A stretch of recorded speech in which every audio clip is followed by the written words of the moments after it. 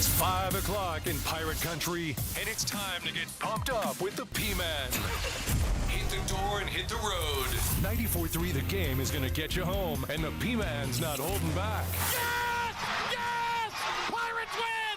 Pirates win! Bring on the Patrick Johnson Show on 94.3 The Game. Holy mackerel! Oh, my goodness! The flagship station of the ECU Pirates.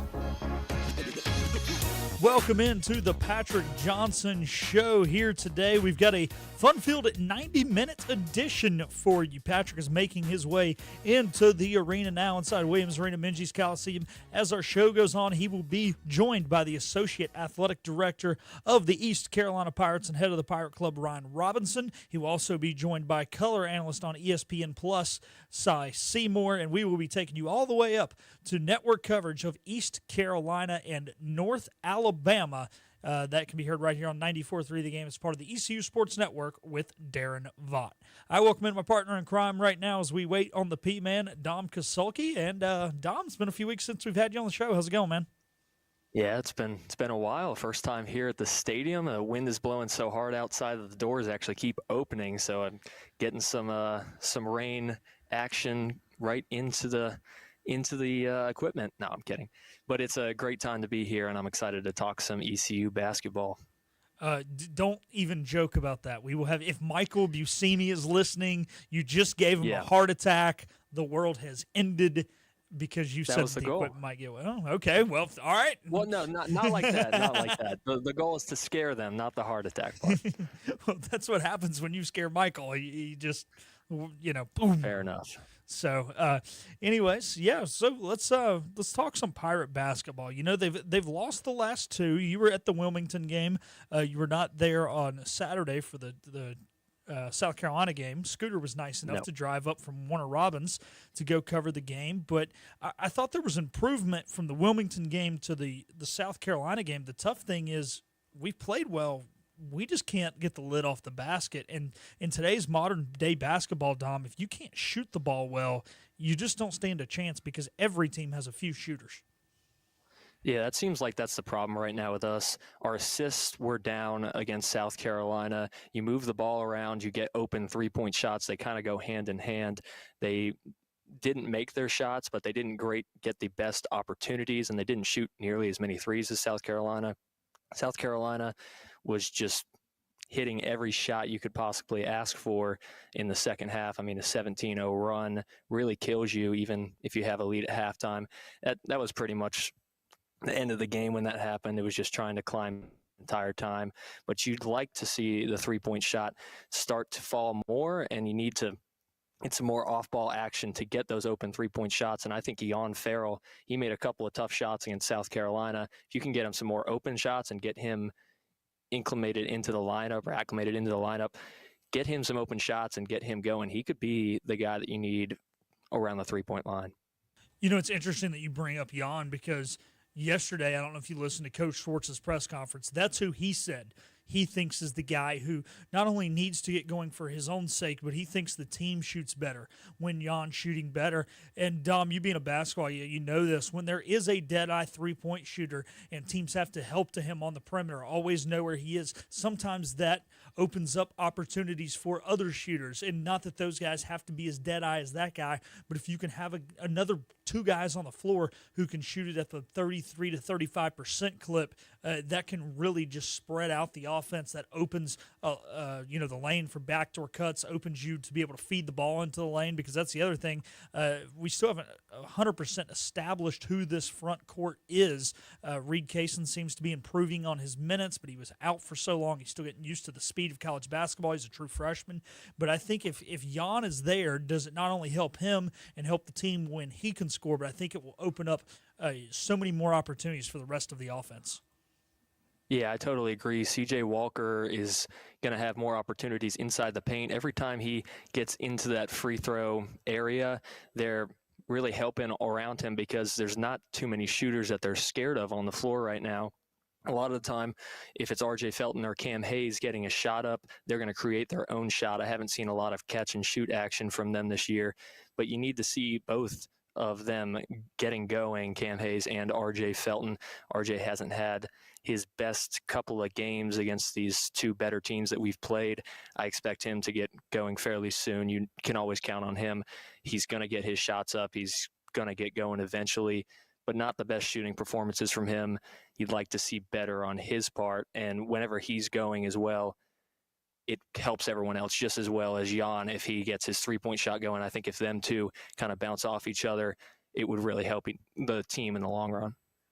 I think it definitely would. And, the good thing about RJ is he's older, so he's not going to have as much frustration that he struggled from the last two games as maybe a young guy would if they were the guy that we were looking to offensively. So, quick, just scouting report for our listeners on the Lions of North Alabama. They are a team that does have very good guard play, especially defensively. They're 12th in the country at forcing turnovers. It's a lot of live ball turnovers.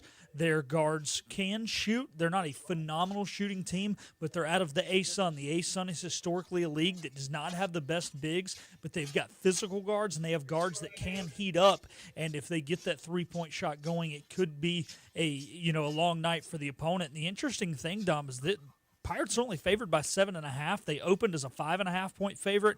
Obviously, we have a bigger fan base, and so we are going to naturally place more bets on the Pirates probably than their fan bases. I don't know if you can gamble in Alabama yet. I know you can't gamble in Georgia or South Carolina yet, so it wouldn't surprise me if you can't in Alabama. So that line's changed a little bit, but or were you shocked to see that it's well inside 10 points, this line? I think it's a decent line. I actually didn't know the line at the start. I didn't know it was at 5.5 at a certain point. I just saw the 7.5. I did not take it. I don't plan on taking it. Not that I don't think we can cover it, but I like around 7.5 to 9.5 points for ECU. I think it's a bounce back game. You saw the Lions, one other team that they've really faced. Their biggest opponent was number 2. Auburn. They were number 4 at the time when they played, and they lost by, I believe, 33 points. I know Auburn's a totally different team than East Carolina is this year, but that was their one big opponent that they faced. I think the Pirates cover 7.5. I think they could cover 9.5 as well. Yeah, it's going to be interesting. Like I said, I think they're going to have transition buckets, and they're going to have to hit threes if they want to stay in this game. If they don't, if this is a 100%. Slow pace, if this is a more of a physical game, obviously you got to give the nod to the bigger team, the more experienced team, the better team, talent-wise. So, it'll be interesting to see how all this plays out. So we're going to hear more about the Pirate basketball thing with Seymour as he will join the show later. We also have Ryan Robinson going to join us, kind of all the latest goings-on inside the Pirate Club and just everything in the Pirate Nation as we get set to wrap up the fall semester. I know a lot of guys are finishing up exams. I think you're done, right, Dom? Just finished on Monday, waiting for that last exam, but all other A's other than that class. That one, it's either going to be A- or B+. I'm praying I can squeeze out the A-. We'll see. Fingers crossed Dom can stay on the A honor roll and not fall to the AB honor roll. But either way, good job. And what a loser. Yeah. So, the one tough thing, though, is we got 3 home games coming up. We got tonight, FIU on next Tuesday, the 17th, followed by a game on Saturday against Gardner-Webb. And you got to schedule these games. Look, you can't just take off for 2 weeks.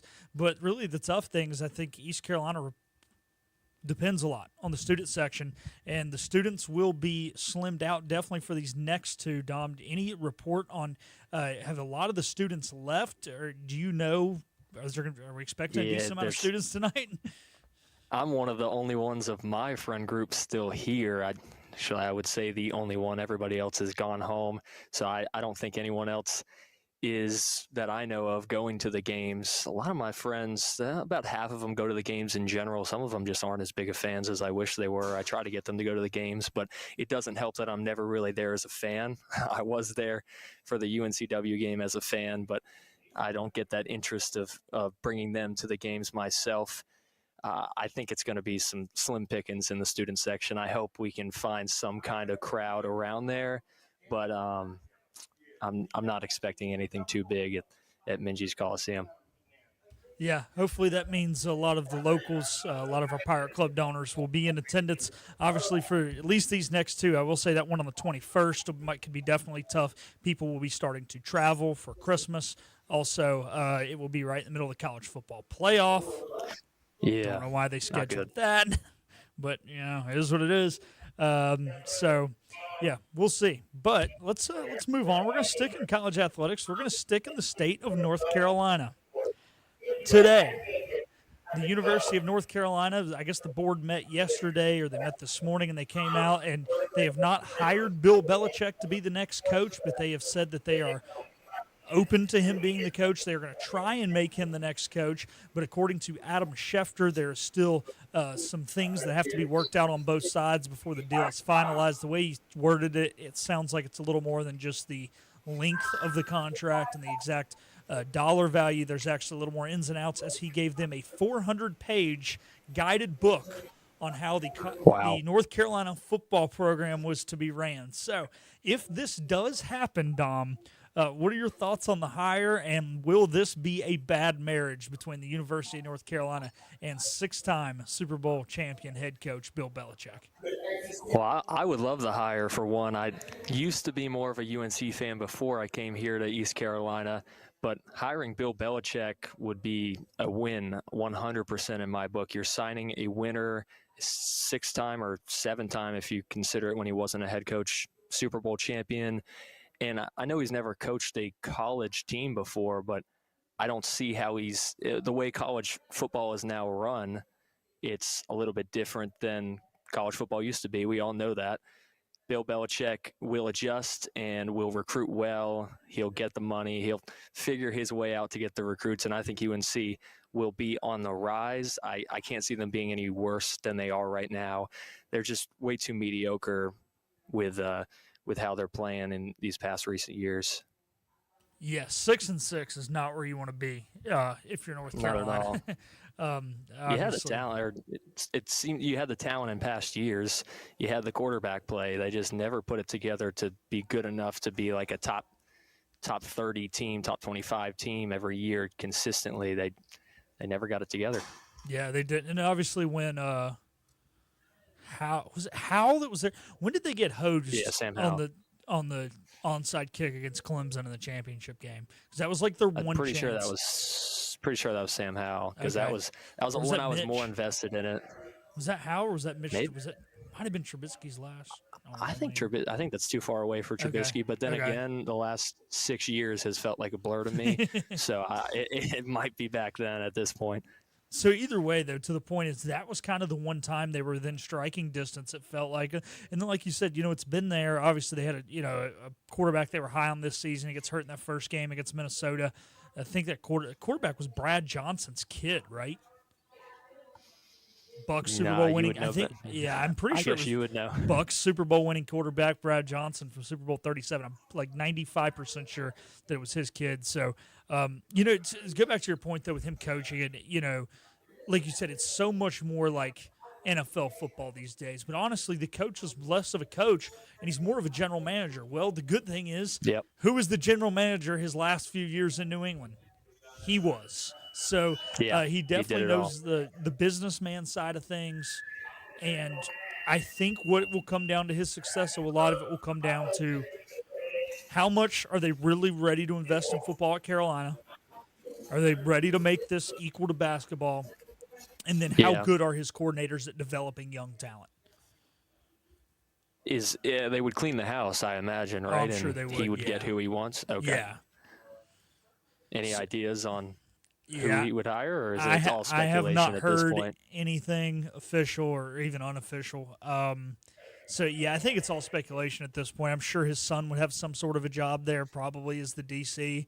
But at the end of the day, you've got to be good at developing young talent. Now, the one thing I will say about Belichick is he could develop. I mean, how many guys played at New England, and then they couldn't afford them anymore, so these guys went on to go play for other teams, and they didn't really pan out because they were better under Belichick, or they did, but it was one of those things where they brought in a new guy, a young kid, and he ended up replacing the guy almost immediately. So he turned some no name guys into something. You think of Danny Woodhead, who he got out of D3 Shadron State.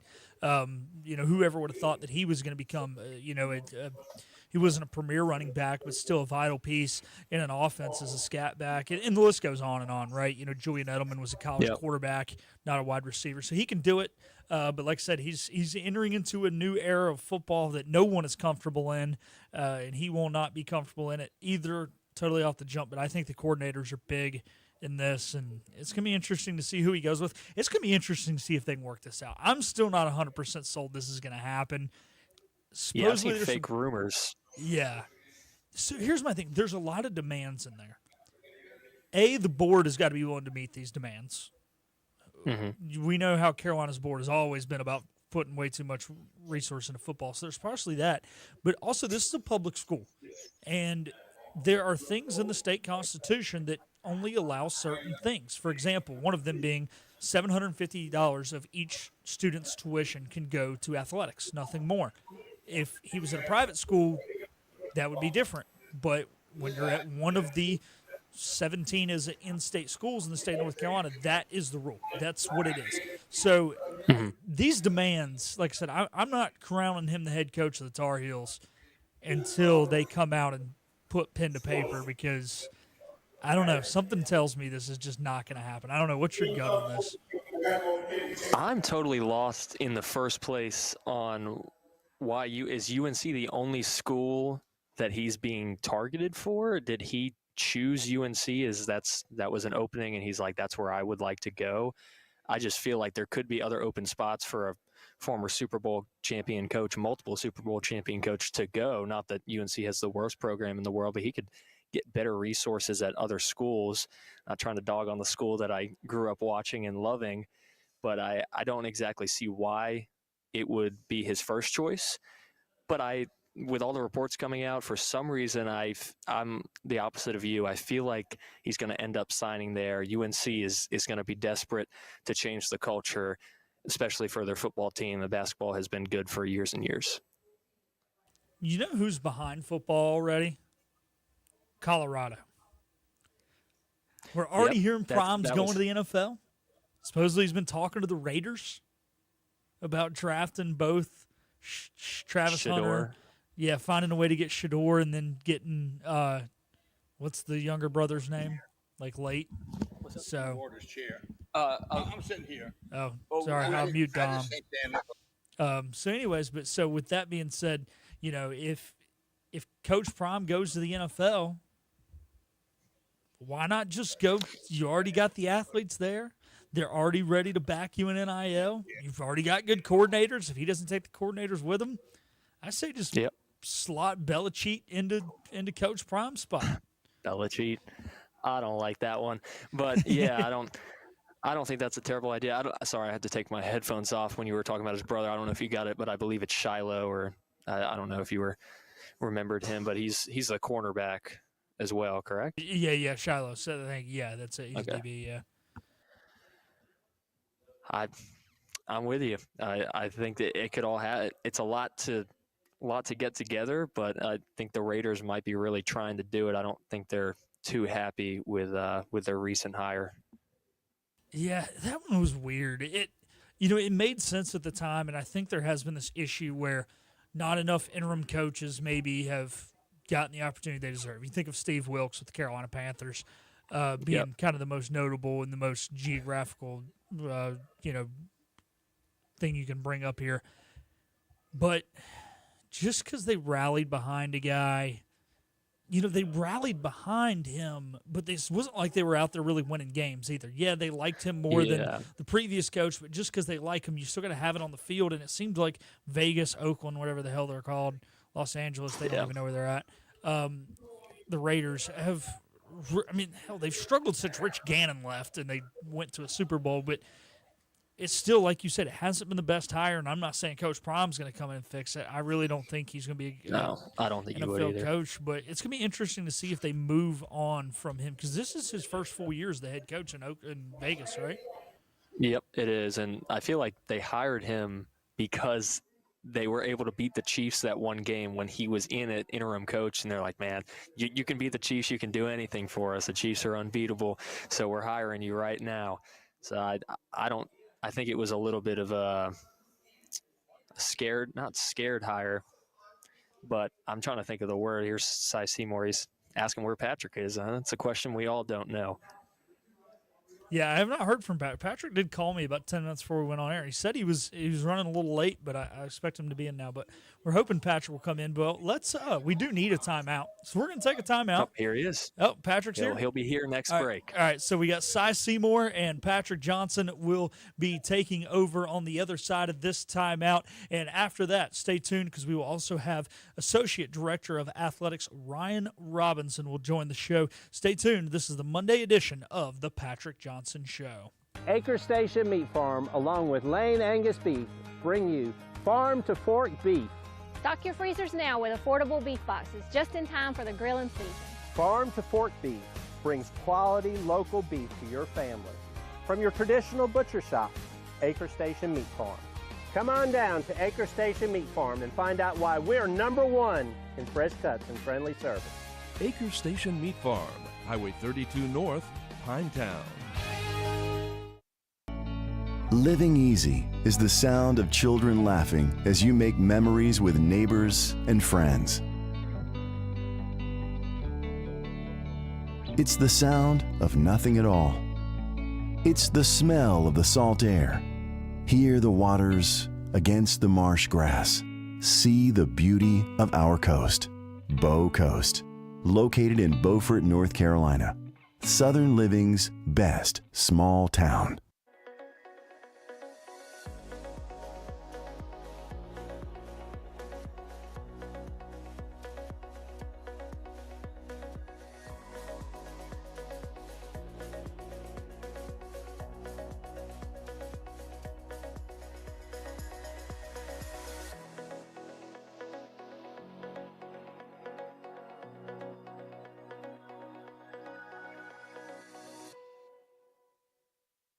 Other restaurants claim their food is fresh and fast, but are they friendly? At Moore's, you're treated like family the minute you walk into their doors. With locations in Winterville, New Bern, Swansboro, Morehead City, and Jacksonville. We've been practicing what we preach since 1945. At Moore's, our barbecue is slow cooked and smoked over real wood daily until it's so tender it's falling off the bone. Combined with our fresh chicken, cooked to order seafood, and homemade fixins, we're sure you'll agree. If it's not Moore's, it's less. This is about you, your family, and the health of all who live in Eastern North Carolina. This is about the transformation of a health system into something more powerful and more human. About creating new ways to treat disease and keep you well. This is about ECU Health, which is to say, it's really all about you. ECU Health. Minds, hearts, purpose. Living easy is the sound of children laughing as you make memories with neighbors and friends. It's the sound of nothing at all. It's the smell of the salt air. Hear the waters against the marsh grass. See the beauty of our coast, Bow Coast, located in Beaufort, North Carolina. Southern Living's best small town. Have you noticed he's in his own little happy hour? We're back to the Patrick Johnson Show on 94.3 The Game. This is the Happy Hour program. Here's the P-Man. All right, thanks to Pilk and thanks to Dom for getting us kicked off here. Okay. Thank you, Dom. Appreciate it. Ryan Robinson, the Double R Express rolled in. How we doing today? How are you, man? Man, Do you? we got basketball. We're working all day on bowl, selling bowl tickets, fundraising, Team Boneyard. If you name it, I've had my hands in it today, that's for sure. Let's start with tonight's game, and John's got a little connection with Poolhole, the head coach. I think they were at Alabama together. Yeah, John Gilbert, that is. Assistant at Alabama. Yeah. You know, it's interesting. I've watched our team the last 2 days practice, watched the shoot around today. I think it's always good to play at home. I think we'll have a good, decent crowd. Now, obviously, this weather, we're hoping that we'll let up. But obviously these next 3 games, I think it's North Alabama, Florida International, and Gardner-Webb. You get these non-conference games heading into the break, and you've been around long enough. They're not givens. No, it's not tonight. This is a really good basketball team. They got a really nice backcourt. And kids finish, they're finishing finals. A lot of stuff going on, but I was happy the way we played at South Carolina. Obviously, I know Coach Schwartz would like to finish it off, but I'm looking forward to getting back in Minji's tonight and hopefully pulling out a win and getting some momentum heading into conference play against, I think, South Florida on December 31st, if I'm right. You're going to make that trip? You're going to – there you go. Try to make that trip. Attaboy. We got to go we got a lot going on before then. Right now we're we're going to be in Annapolis. So it's going to be a busy month. Really, I was telling our staff today, I said, I'm sorry because you're not going to have that much of a break, but they'll have some time off. December 21st, next Saturday, we do a doubleheader here. Right, yeah. The women at noon, I think the men at 3. Yep. And then we will leave for Annapolis, our staff, on the 26th, the morning of the 26th. Okay. So quick Christmas and then up to Annapolis. Yeah. Well, the proximity of the bowl game and the opponent, those are 2 of the big advantages. I also think the date on the calendar historically draws better for Pirate fans. How have bowl sale tickets gone? Gone really well. We're probably past that 1,600 number. Now that does not include suites. That we've had some people buy suites, some premium seats. So that doesn't include that. So you're looking at well over 2,000. We did get, we had a bus trip, sold out the first bus, and now we're only 20 away from selling out the second bus. So if you're out there listening, $180, you leave the morning of the 28th, have breakfast on the bus, take you right to our tailgate, includes a game ticket, come right back after the game. You might see me on that bus right after the game.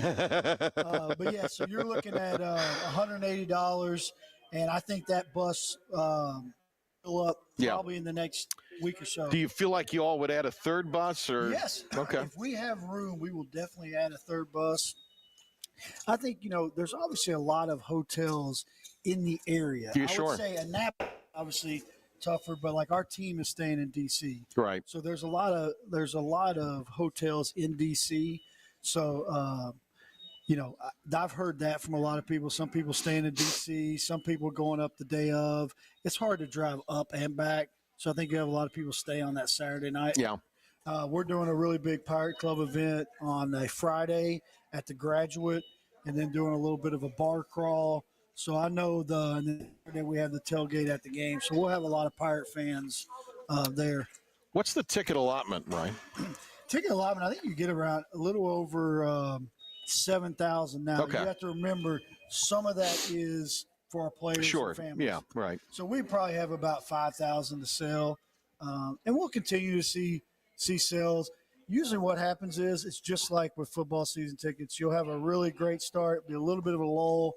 I think things will kind of pick back up, as we head into Christmas. Ryan Robinson, athletic director. Did I get that right?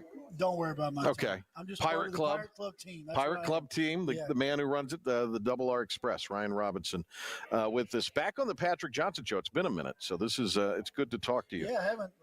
I remember one time you let me host your show for 3 You days. You did. I really enjoyed that. You might get to do it again. Yeah, So I just really enjoyed that was fun. That may happen again very soon. You might find yourself doing that this summer at some point. Hey, let me ask you a little bit about with Team Boneyard, and there were Pirate Club points connected to that. Where is that right now? Man, I tell you, I have been just overwhelmed with the response. So we did triple priority points if you give to Team Boneyard. And then what happens is Team Boneyard sends us who's given, then we enter the priority points. I don't have an exact number, but I know it's, well over probably $600,000-$700,000 in the last month. As a result, as a result of that. Now we're going to continue that till December. Okay. We'll kind of re-examine it.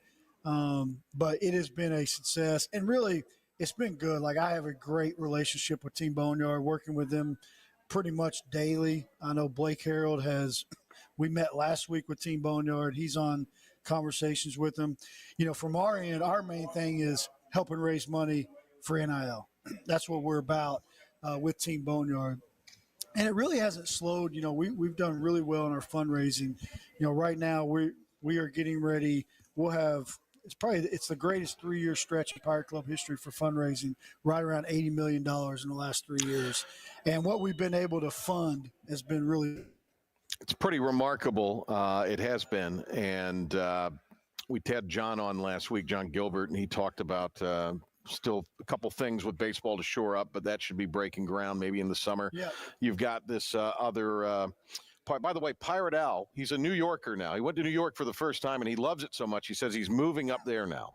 No, he cannot move to New York. We need him here. I can't picture Pirate Al in New York. No, he needs to be in Greenville. He needs to be in Greenville. But breaking the ground on the indoor practice facility. Huge. That's exciting. The Isley Indoor Performance Center. I'm hoping John wants to break ground like tomorrow because right. I'll be honest with you, we practiced in the rain this week, but there's so many people that I could sit here and thank for getting us to this point. And that's what, we talk about it. Like I think sometimes the Pirate Club didn't do anything. It's Pirate Nation. Yeah. It's our donors that did it. Mm-hmm. When I think of Bill Clark Homes and how important Lance and Heath Clark and Bill Clark have been to this. And then obviously Van Isley and Jennifer Isley stepping up this indoor. But I think that's going to break ground soon. And then the baseball right after it. We've had a really good push for baseball. But I'm really proud, too, of, a former student athlete and a Harold Varner coming back, basically giving $1 million to build a golf facility. If you haven't been out to Ironwood, unbelievable driving range right now, getting ready to break ground on a new building out there. Yeah. They'll have locker rooms. But then you go in Minji's, you see the chairback seats. You see some of the stuff we've been able to do around baseball and other areas. But I tell you, Patrick, it is, I don't want to say the landscape is changing in. We are kind of looking at how we do things because with this revenue sharing that's coming, NIL and compensating our student athletes is going to be very important moving forward. I do see a model where people are going to be able to give to the Pirate Club through revenue sharing and be able to use that. That's probably, as John will tell you, is probably coming in April or May. Okay. But we are meeting, we probably had 3 meetings this week where we're meeting with groups on how that's going to look. But NIL, it's here to stay. The transfer portal's here to stay. Yeah. Blake and I were talking yesterday, and you can't get frustrated by it because it's the way it is. Yeah, we live in a bubble. ECU. Well, guess what? I could call any school in the country right now. They're dealing with the same thing. Well, and I was saying that yesterday on the show. This isn't an ECU issue. This is a across the board issue. Yeah, I was telling somebody. They made a good point to me the other day. One of our donors that, hey Ryan, we went through this with baseball right after baseball season, and you think about it and. We've got to move on, and we'll find the right guys. I think right now the focus is obviously on the portal, but you want to get your team ready to play against NC State. To have that opportunity, to have that opportunity to play NC State in a bowl game, that's exciting because what I've learned about ECU is, play anywhere, anytime. Yeah, I love that mentality. Yeah, Blake, I was telling somebody the other day, man, Blake's dealing with, coaching staff, retention, transfer portal, getting ready to play a rival in NC State game. There's a lot on his plate. So you want to be the head coach, right? Yeah. So maybe I don't want to ask him that question again for another month. Right. Because if I ask him right now, you never know. But he's handling it great. I tell you what he's been really good at is communication. He is just very, with our staff, very appreciative. Was always kind of down at the Pirate Club saying things, and all of our staff is working with him on, it's not just there's some stuff we need in the restricted fund where Blake can do some things. So we're constant communication with him. He has talked to us on the Coach's Show Monday about GM. Yeah. So how do you see that role, Ryan, kind of playing into ECU athletics? Well, GM is going to be a very important role because – they're also going to be the liaison with Team Boneyard. They're going to be able to kind of head his recruiting department per se. evaluate talent, but also kind of create a model where, I'll let Blake put it in his words. I look at it as kind of that NFL model. Right, yeah. That's really what you're dealing with, Patrick. You have a salary cap. And obviously it's not the NFL because there's some schools that have a lot bigger salary cap. It's more like baseball salary cap. But it allows Blake to see, okay, I have, let's just say $1 million. I have $1 million. How am I going to allocate that money? Right. And obviously we'll have more than that. But I think it's an important role. You're seeing more and more schools go down this path.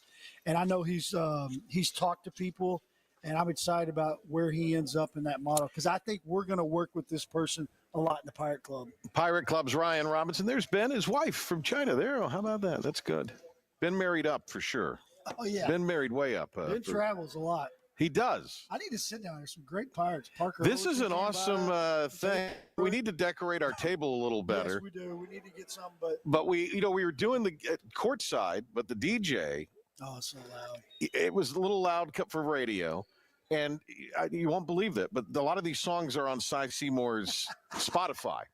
Well, so he wouldn't listen to me. He'd listen to the songs because he's so into them. Well, Cy's in there now. He probably showed up a couple hours. I think so, yeah. A couple hours early. That's what he does. Those Spotify lists that are, we got a little bit of everybody coming in.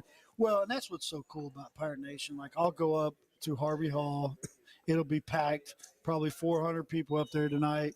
Coach Schwartz will speak around 6 o'clock. And that's what I just love about this place is they'll support you. Yeah. I think we got to continue to do our job as an athletic department and Pirate Club, being competitive on the court, on the field. And I think our coaches and student athletes understand that. I know every day I go to work to make Pirate Nation proud because, man, I feel like I have the greatest job in America. You've done a great job, man.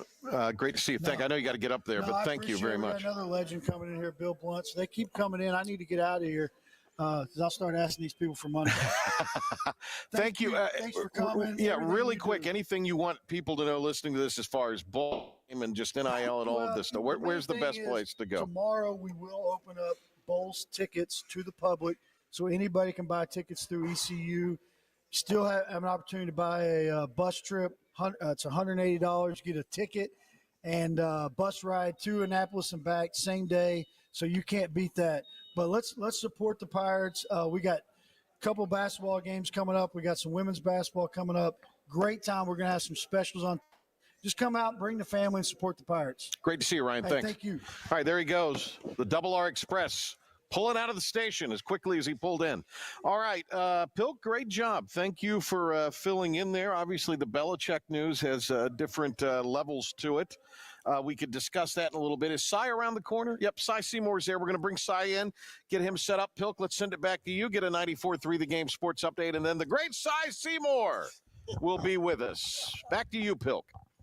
Thank you, P-Man. Starting in Pirate Athletics, obviously some basketball going on tonight as they will be hosting North Alabama, who comes in at 6-4 on the season. You can hear it right here on 94.3 The Game at 6:30, also on our IBX Media app and our sister station, 107.9. The women's team will be back in action tomorrow morning at 11 a.m. as they travel up to Hampton to take on the Hampton Pirates. So it'll be a battle of the Pirates. That game can only be seen on Flow Sports, so have fun paying for that.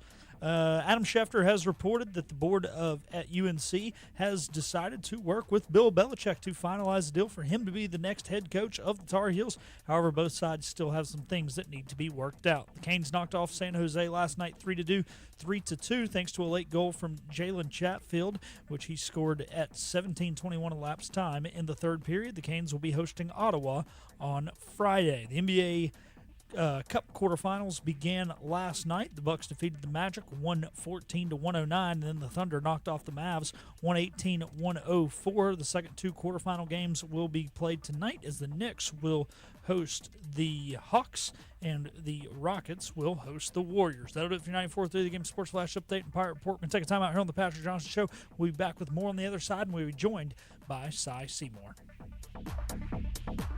Hi, I'm D.R. Alligood. And I'm his daughter, Jessica. For 11 years, we have built quality driveways and parking lots for both your residential and commercial needs. We also offer free on-site quotes to have your custom driveways built the way you want. 252-946-1227. The best burgers around. Everyone loves a thick, juicy, and fresh burger. Tiebreakers does real burgers better than anybody. And don't forget about the cheese sticks, fresh salads, and more. So don't just go to any burger-themed restaurant chain. It's time to break the chain and eat local. Tiebreakers, burgers and sports at its best. Go Pirates! Arg! Looking for a great deal on a new Nissan? At Greenville Nissan, we've got a great selection of new Nissans for under $30,000. The stylish Nissan Sentra, offering top-notch fuel economy. The Nissan Altima, known for its comfort and technology. The Nissan Kicks, the perfect combination with its compact design and performance. The Nissan Versa, delivering incredible value without compromising on features. And don't forget the Nissan Rogue, an award winner for 10 years in a row. Drive it home just for $22 down and $349 a month. Visit GreenvilleNissan.com today. Greenville Nissan, where we drive to serve. You know what the problem is with standard belts? Usually you have to choose between too tight or the opposite, too loose. But with Anson Belt and Buckle, you don't have to choose. We got rid of the holes and instead have a track system designed for micro-adjustability. That way you can enjoy a perfect fit every time. Anson Belt and Buckle. Find your perfect fit today.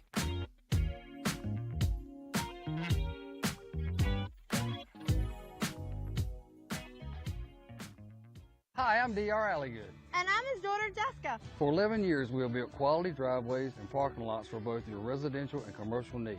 We also offer free on-site quotes to have your custom driveways built the way you want. 252-946-1227.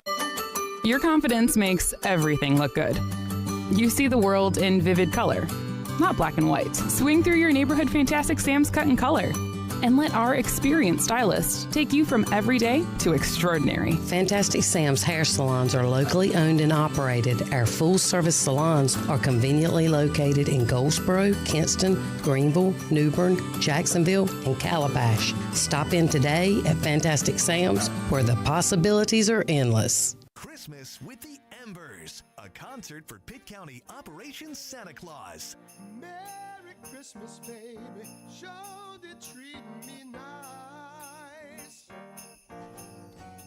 Jingle bell, jingle bell, jingle bell. Tickets are $20. Kids 10 and under get in free. Make sure ENC families in need have a Merry Christmas. Christmas with the Embers. I love Christmas music.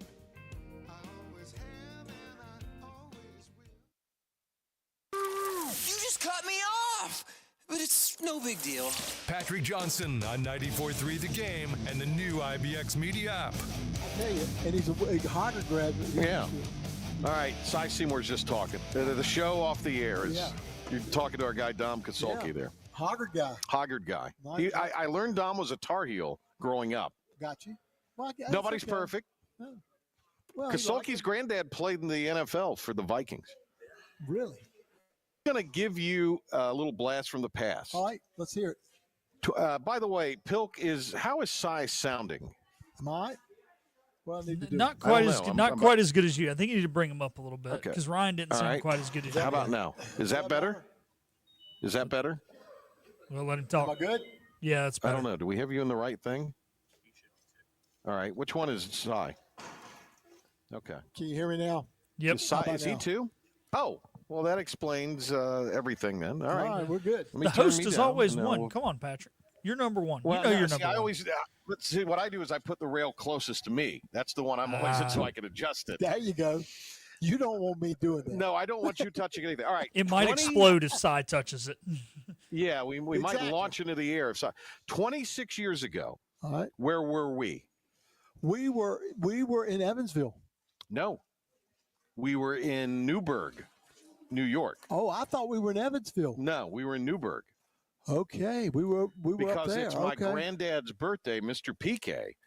He's 96, and it was his 70th birthday. 26 years ago, we were doing a game together. Okay.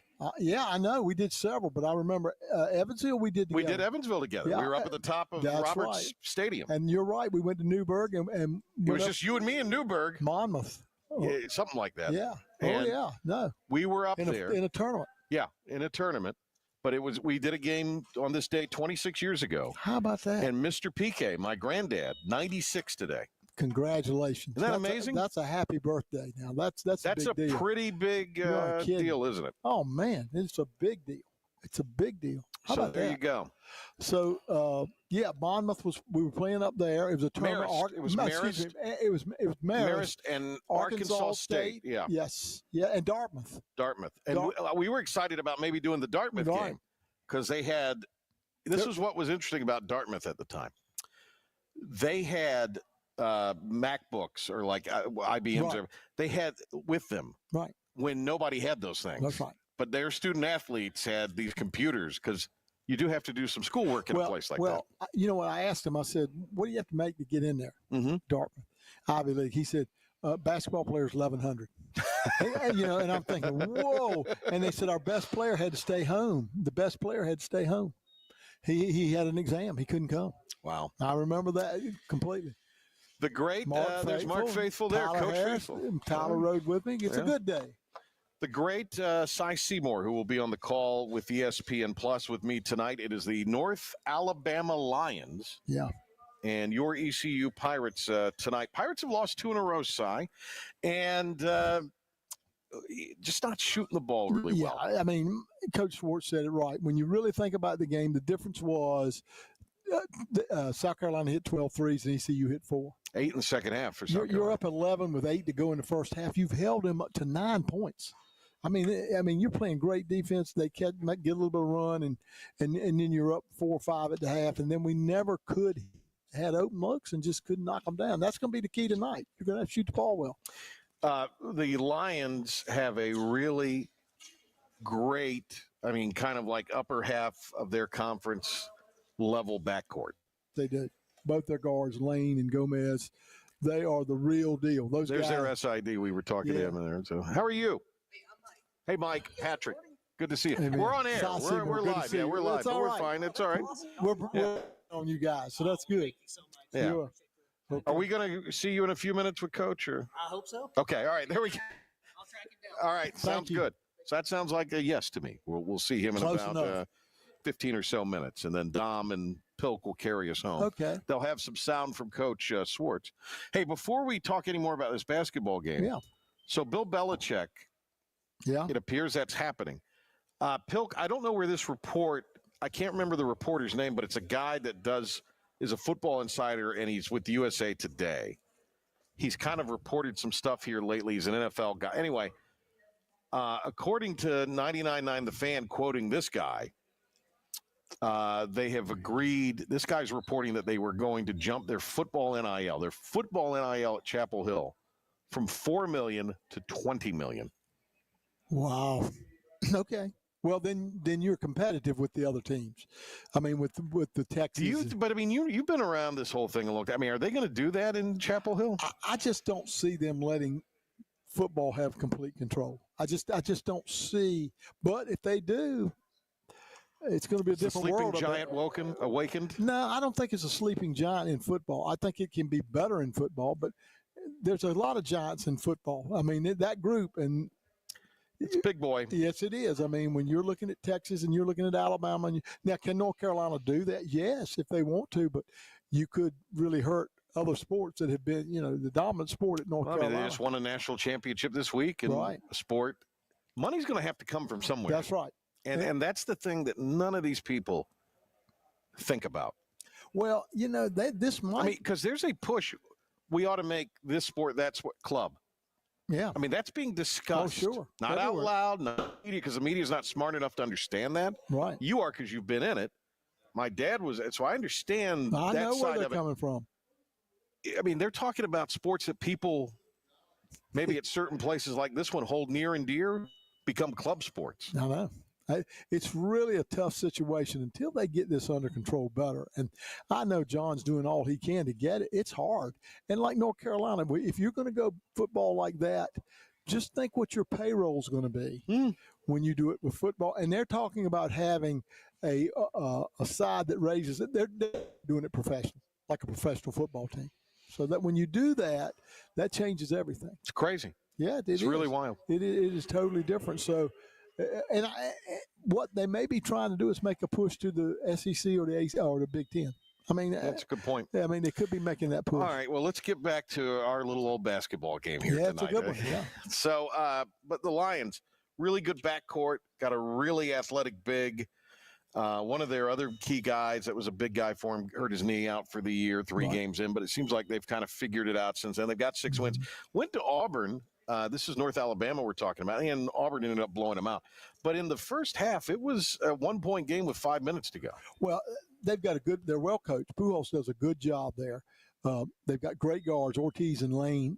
They're a different. Ortiz played at UAB last year. Yeah, They made the these are NCAAs. good. These are good guards. They know how to handle it, and their point guard Lane is just as good as anybody you're going to see this year. He's 6 feet tall, but he can go. He was all conference last year. He's really, really good. And, in fact, he was Rookie of the Year his freshman year. This is a good team. They shoot the ball in the 40s. There are 3 guys that they shoot threes in the 40s. They're picked ahead of Jacksonville State, who we lost to down in the tournament down there. This is a good ball club. Cornelius inside, 6'9", the leading rebounder in the A-Sun. And the A-Sun is a good basketball league. So it's going to be a really tough contest. They're well coached. They got a good ball club. It'll be a lot of fun to play. There's Coach right there. Yep. They're second, by the way, in points per game in the A-Sun coming in. All right, let's talk the Pirates here. The great Cy Seymour joins us on the Patrick Johnson Show.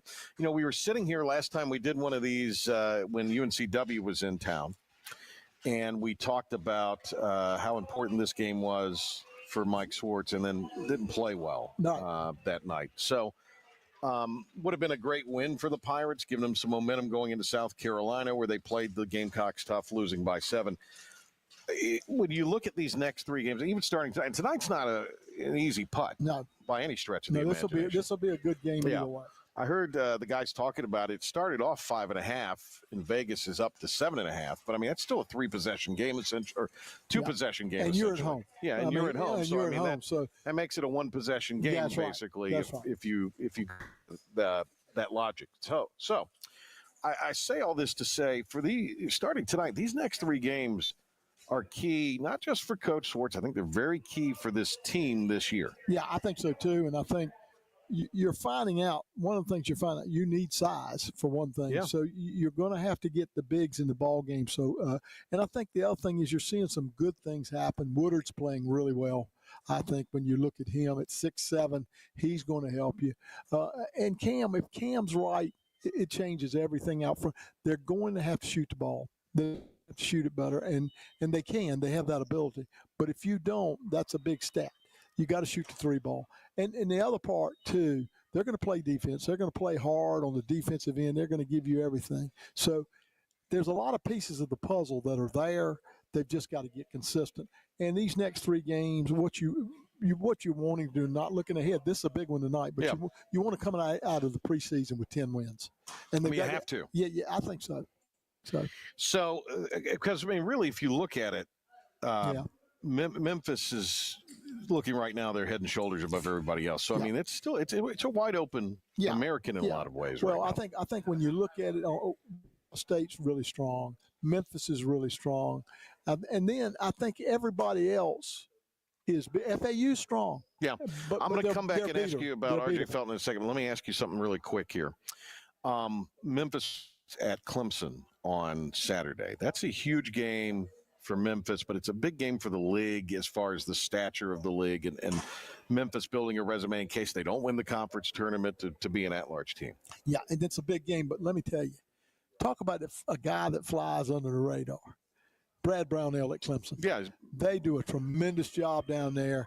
They stay in their style, and they're tough, and they're very good.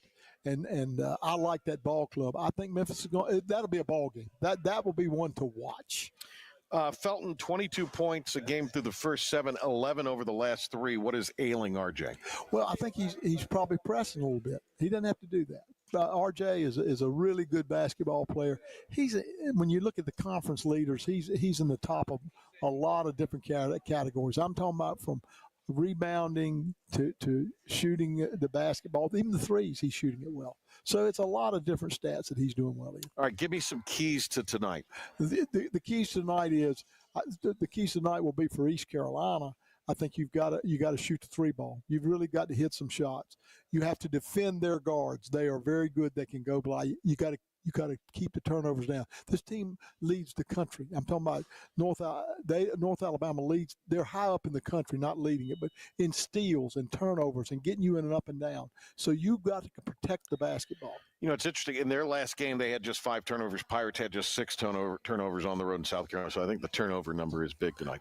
All right, Pilk, we're going to send it back to you for a break, and then you and Dom are going to carry us home tonight. Some comments from Coach Schwartz and all the day's news. Thank you guys for the great job. Si and I got to go talk with some of the coaches here. So we're going to do that. We'll be on ESPN Plus at 7 o'clock tonight. So watch us there if you're not out here. Of course, you can always listen to the game here on 94.3 The Game and 107.9 WNCT with Darren Vaught and network coverage at 6:30. Our show is taking you to that point.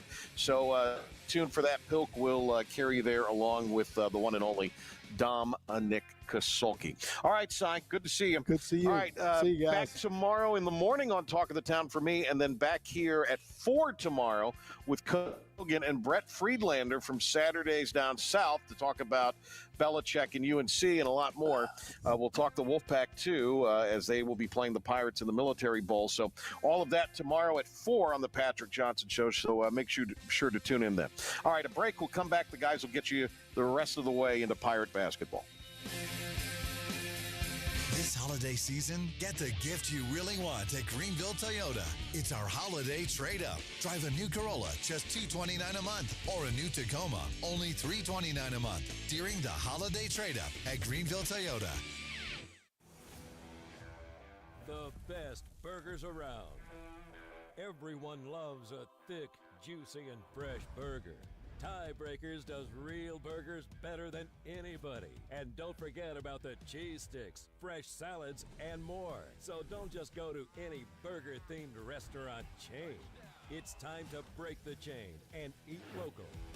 Tiebreakers, burgers and sports at its best. Everybody loves Tiebreakers. Storm season is approaching. North Carolina weather can damage your roof, and before long, a small leak can turn into a big problem. Your home is one of your biggest investments, so protect it with Wells Home Improvements. We work with all insurance companies for a hassle-free roof installation experience. Call us today and get 10% off your roof installation when you mention this commercial. 252-227-8403 or visit us online at wellshomeimprovements.com. Wells Home Improvements. Local, honest, dependable.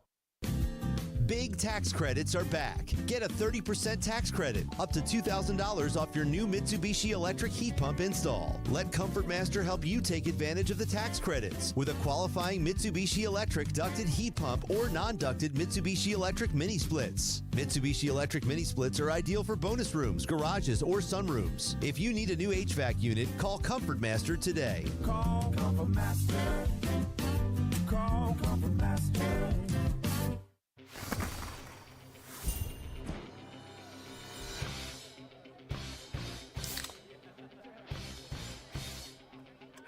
Let's go! Woo! Woo! Yeah! Football time! Set the tone. Kyle, tie your shoes, tie your shoes. Yeah, good job. Woo! Grab a Pepsi Wild Cherry and get wild. Other restaurants claim their food is fresh and fast, but are they friendly? At Moore's, you're treated like family the minute you walk into their doors. With locations in Winterville, New Bern, Swansboro, Morehead City, and Jacksonville. We've been practicing what we preach since 1945. At Moore's, our barbecue is slow cooked and smoked over real wood daily until it's so tender it's falling off the bone. Combined with our fresh chicken, cooked-to-order seafood, and homemade fixins, we're sure you'll agree. If it's not Moore's, it's less. Unwrap a new Toyota for the holidays at Greenville Toyota. It's our holiday trade-up. Get a new Camry, $269 a month, or a new RAV4, $329 a month. Trade up and save at Greenville Toyota.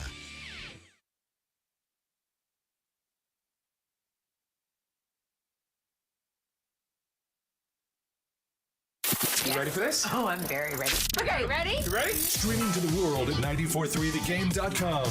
This is the Patrick Johnson Show. Now in all his glory, here's the P-Man. Welcome back into the Patrick Johnson Show. P-Man getting set for his TV coverage of East Carolina and North Alabama. Remember, you can always hear it right here on 94.3 The Game and our sister station, 107.9 WNZT, and the IBX Media app, free for download on the Google Play Store and the Apple App Store. Philip Pilkington and Dom Kosulki here for this next segment. I will wrap up the final segment, and that's when we'll play the audio from Coach Schwartz, since I won't have anybody to bounce ideas off of. So, Dom, we're going to talk about the sport that you've been chomping at the bit to talk about the most.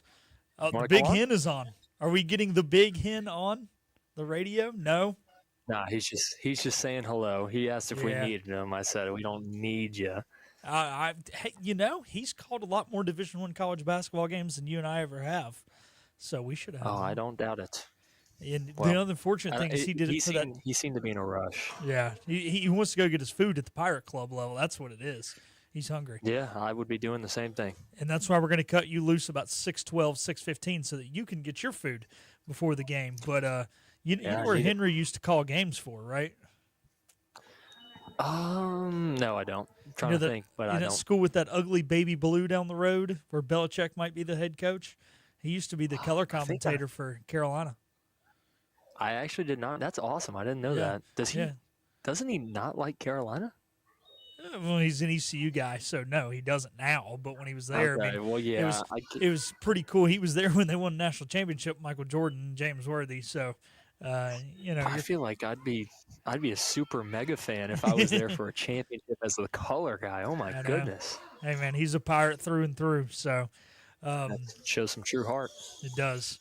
So, anyways, moving on. And as long as Dean was there, he still pulled for him, and I don't think he hates him as much as he plays it off that he does. But once Dean got, he never had a problem with Doherty or Roy, but he didn't work with those guys, so didn't have that personal relationship that he had with Dean. But anyways, we're going to get on to the topic that Dom has been chomping at the bit to talk about. I promised him we could talk some baseball. So Juan Soto, $750 million to go to the Mets. He will be there for the next 15 years, and he will probably miss the World Series all 15 times. Get out of the AL. I am super happy he's out of the AL. I wish he was a Red Sox.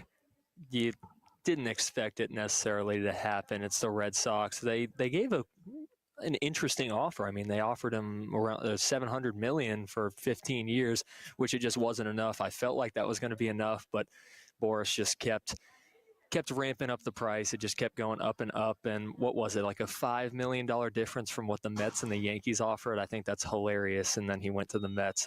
I'm just happy he's not a Yankee for life. He just gets on base. It feels like every time he comes up to bat, no matter how he does it, he's just scary to have with a 1-2 punch with Judge. Luckily, as a Red Sox fan, Judge was not feeling it in the playoffs, so they couldn't get it done. I'm just happy Soto is gone. It is an overpay as well. I will add that, but it was needed. It had to be done. So quick, we won't stay on the Red Sox stuff. We're going to get a little deeper into this. But before we do, are you surprised John Henry was even allowed them to offer? Have we ever offered anybody $700 million in Boston? Yeah, I think John's a cheapo.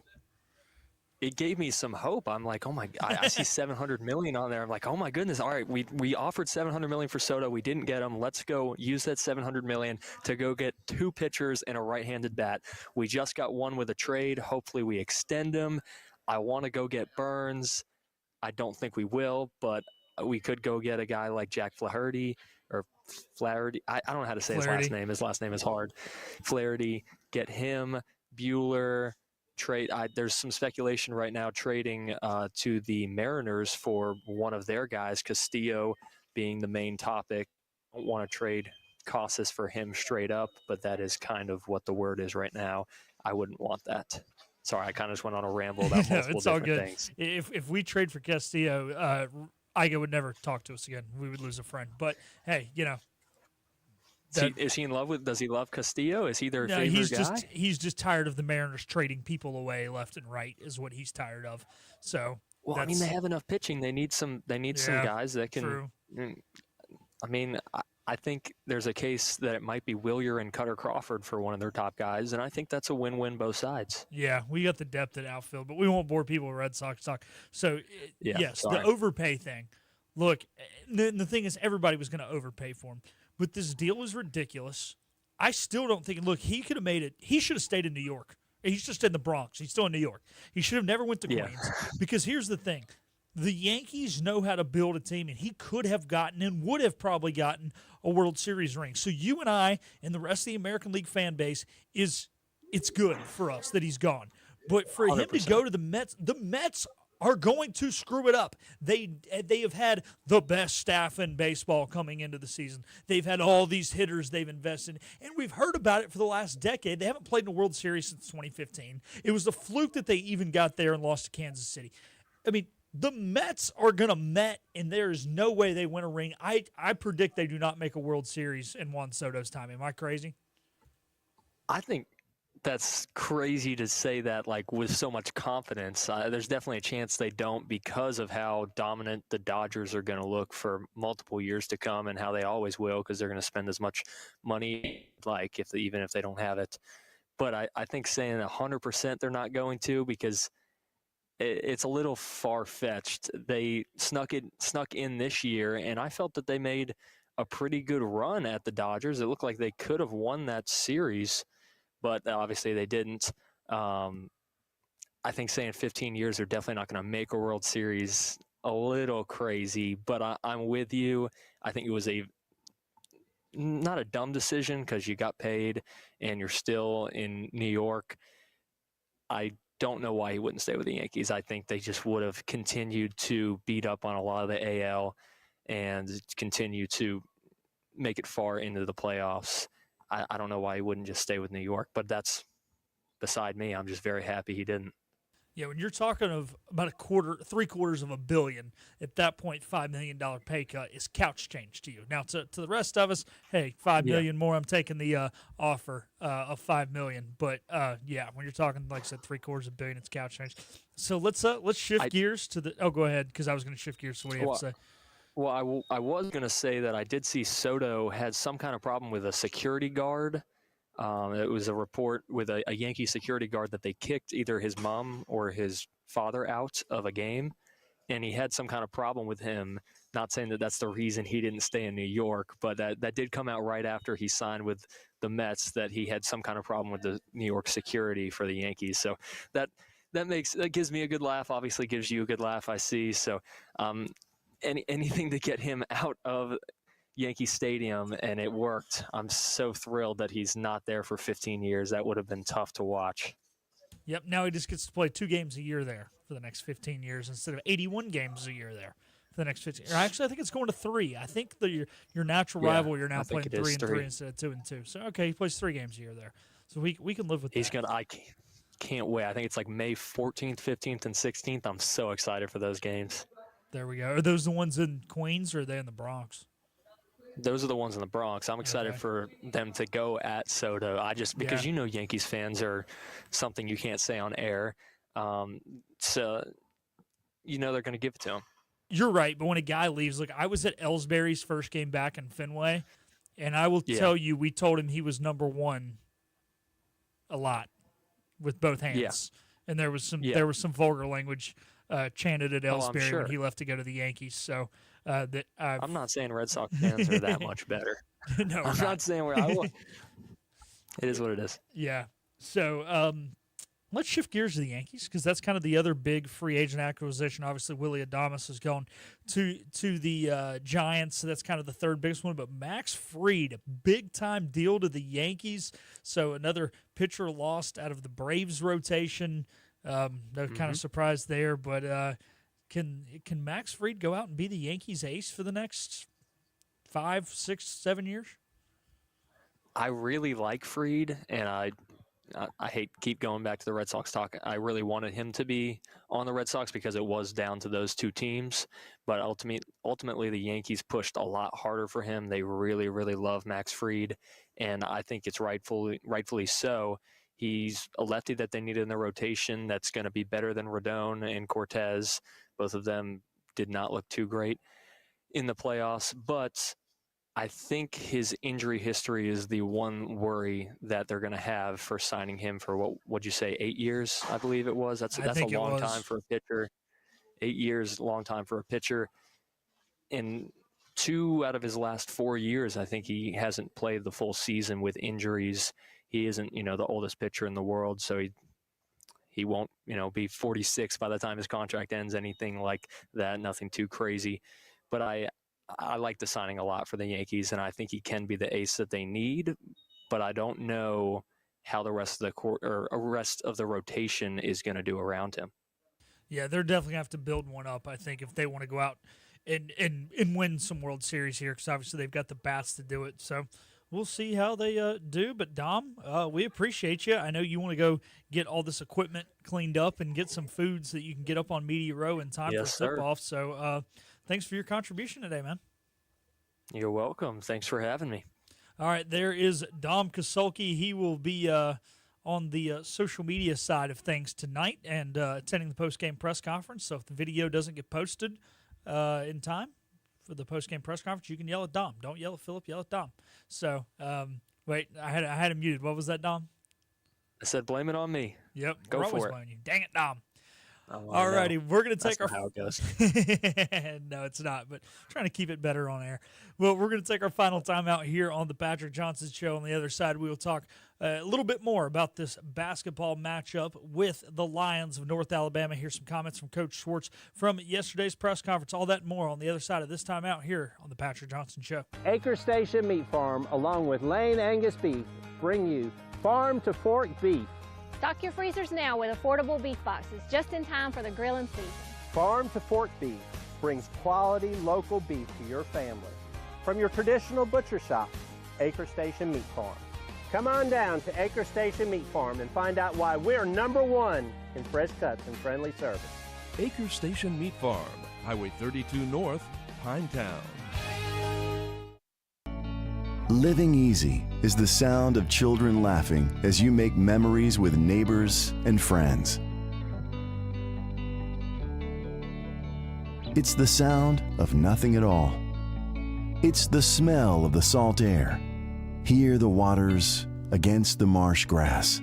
See the beauty of our coast. Bow Coast, located in Beaufort, North Carolina.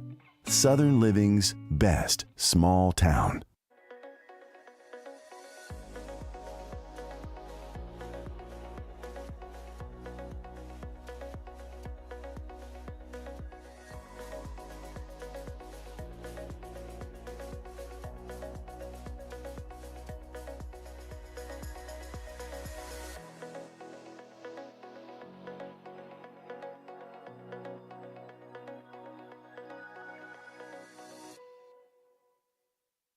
Other restaurants claim their food is fresh and fast, but are they friendly? At Moore's, you're treated like family the minute you walk into their doors. With locations in Winterville, New Bern, Swansboro, Morehead City, and Jacksonville. We've been practicing what we preach since 1945. At Moore's, our barbecue is slow cooked and smoked over real wood daily until it's so tender it's falling off the bone. Combined with our fresh chicken, cooked to order seafood, and homemade fixins, we're sure you'll agree. If it's not Moore's, it's less. This is about you, your family, and the health of all who live in Eastern North Carolina. This is about the transformation of a health system into something more powerful and more human. About creating new ways to treat disease and keep you well. This is about ECU Health, which is to say, it's really all about you. ECU Health. Minds, hearts, purpose. Living easy is the sound of children laughing as you make memories with neighbors and friends. It's the sound of nothing at all. It's the smell of the salt air. Hear the waters against the marsh grass. See the beauty of our coast. Bow Coast, located in Beaufort, North Carolina. Southern Living's best small town. Now, the stunning conclusion of the show. It's the P-Man here on 94.3 The Game. Welcome back into the Patrick Johnson Show. As we get set to wrap it up, we're leading you into network coverage of East Carolina and North Alabama as the Pirates try and bounce back and snap their 2-game losing skid. One of the things that the Pirates have kind of struggled with this year, not that the inside play has been bad by any means, but one thing that I feel like East Carolina has not done is established a front court as to who really is going to be the big guys. You know, we've had some, C.J. Walker will kind of play down there sometimes, but he's a little undersized to guard some of these true big men. Now, tonight, not something you have to worry about as much. This is not a team who's really big, and their best big player got hurt 3 games in the season, is out. But still, it'd be nice before conference play for the Pirates to kind of establish the front court. Reed Kaysen, true freshman out of Oklahoma, saw some minutes early. He was hurt all summer, saw some minutes, got re-injured, missed some time, and now he's kind of gotten back into the lineup as his minutes are creeping up. And Coach Schwartz talked about him yesterday and just kind of what he expects of Reed moving forward and whether or not he can be a part of this Pirate front court. Has not been fully established yet, but I think Reed is definitely, those 3 weeks he missed were pretty big, because if you remember back, prior to him being out, he was starting to play. And beginning of his freshman year, he missed the summer, remember. So for him to even playing 2, 3, 4 minutes early in the season, it was on track for him to be a guy that would have been in the rotation in the front court. Then he misses 3 weeks. And so we just have to restart all over again. And I think that's the only reason that it has not been stabilized in that front court quite yet. But love what Reed's doing. You know, one of the things that I love that Mike Schwartz is doing is we're still saying 9, 10, 11 guys play. And, I think the ideal number in college basketball is 8 to 9. But I think sometimes coaches get to that 8 to 9 number too early. And maybe they miss someone who could have been part of that rotation, but they're not getting enough game minutes. Finally, they're cutting it in practice. You give the guy one shot. He goes out there, he plays 2 minutes. He plays like crap. He comes out, he doesn't play the rest of the year. Meaningful minutes the rest of the year. And I think Coach Schwartz has attacked every game from an open-mindedness standpoint. And, yes, I'm sure it's a little frustrating to not have just 8 or just 9 that you truthfully trust. I think he's got 5, 6, maybe 7, and it's just kind of who's going to be those last few spots, especially down low. But he's tried different things each game. Some things have worked, some things haven't, but he's not shied away from the opportunity to get a different group of 5 guys out on the floor together, or to work someone in a situation that maybe we have not seen him in early in the season. And some of these things have really worked out, and you look at it from a point guard standpoint. He's let some different guys run the point. We kind of thought, hey, if Cam really establishes the one, could Samaro run it, maybe RJ, but he's tried some different guys even out at the point guard position, and I think some of these younger guys are emerging and proving they can handle the ball as well, which is allowing guys like Samaro, like RJ, to play off the ball still when Cam is not in the game. So obviously Cam can't play 40 minutes, so I think that's really helped. And look, there's an opportunity for this team to be good. Dom and I were talking about it earlier. Coach prides himself on defense. There's nothing wrong with being a defensive first mindset, but you got to have some shooters too. And Coach realizes that. Coach Schwartz is not blind to the fact that this team needs some shooters, and he even kind of talked about it yesterday, that the biggest reason that they didn't beat South Carolina was really the shooting. I mean, yeah, there was a 17-0 drought, but that was because shots weren't falling. When you really look at it, East Carolina, I feel like physicality, they didn't have as much talent, but they made up for it in other ways, and they really played a smart brand of basketball and proved that they can hang with teams like this. But the unfortunate thing is today in college basketball, if you can't hit threes, you're just not going to win basketball games. We've seen it all year. I was watching the Duke-Louisville game the other night. Louisville's up at half on Duke because all the threes are falling. All of a sudden, the threes are not falling, and Duke was kind of able to run away with that thing late.